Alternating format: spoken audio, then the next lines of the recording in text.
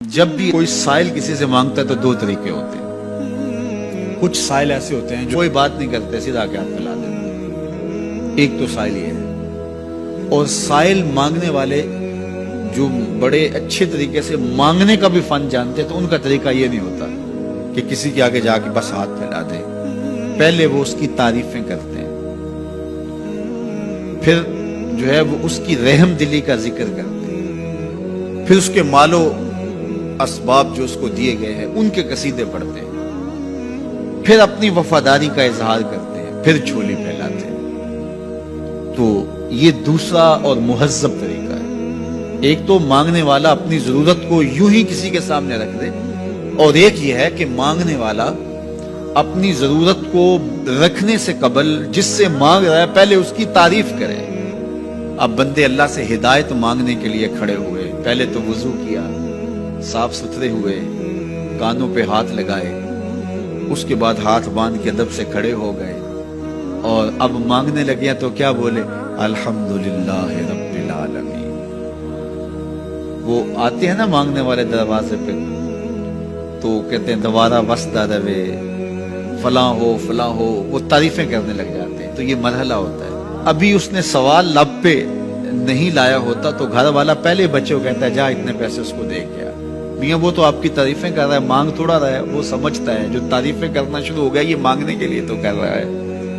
اللہ اکبر۔ تو جب بندہ الحمدللہ کہتا ہے رحمت اسی وقت برسنا شروع ہو جاتا ہے۔ الرحمن الرحیم۔ میں سخی کی دہلیز پہ کھڑا ہوں جو رحمان بھی ہے جو رحیم بھی ہے، محض اپنے کرم سے عطا کرتا ہے، رحم کی بھیک مانگ رہا ہوں۔ پھر کیا کہہ رہا ہے؟ مالک یوم الدین۔ کسی کنگال سے نہیں مانگ رہا، اس سے مانگ رہا ہوں جو مالک ہے، دنیا کا بھی مالک ہے، آخرت کا بھی مالک ہے۔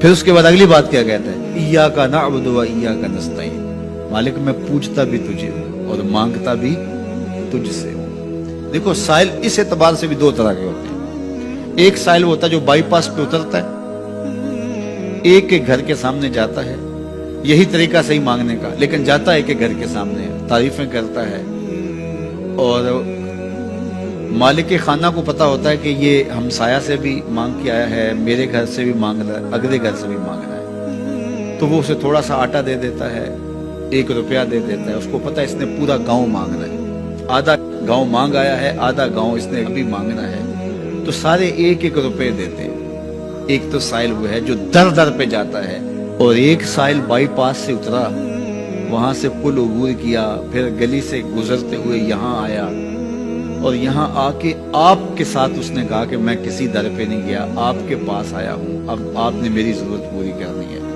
تو پھر 8 آنے 5 روپے تو نہیں دیے جائیں گے، پھر تو جو میری استطاعت ہوگی، جو آپ کی استطاعت ہوگی، اس استطاعت کے مطابق دیں گے کہ یہ سارا شہر چھوڑ کے آیا ہے، یہ کسی سے نہیں مانگتا، یہ مجھ سے ہی مانگتا ہے، تو پھر آپ اس کی ضرورت پوری کریں گے۔ اگر آپ کے بس میں ہوا تو مانگنے والا کیا کہہ رہا ہے؟ ایاک نعبد، یہ پیشانی کہیں اور نہیں جھکتی، و ایاک نستعین، یہ جھولی کسی اور چوکھٹ پہ پھیلتی نہیں۔ وہ کریم، وہ مالک رب جو تمام جہانوں کا رب ہے، میں اس کی دہلیز پہ کھڑا ہوں، اور آیا سیدھا اسی کی دہلیز پہ ہوں، نہ اس سے پہلے کسی در پہ گیا ہوں، نہ اس کے بعد کسی در پہ جانا ہے، تو پھر مالک بھی کرم نوازیاں اور رحمتیں اس کی جھولی میں ڈال دیتا ہے۔ اب اتنی لمبی تمہید باندھنے کے باوجود مانگا کیا؟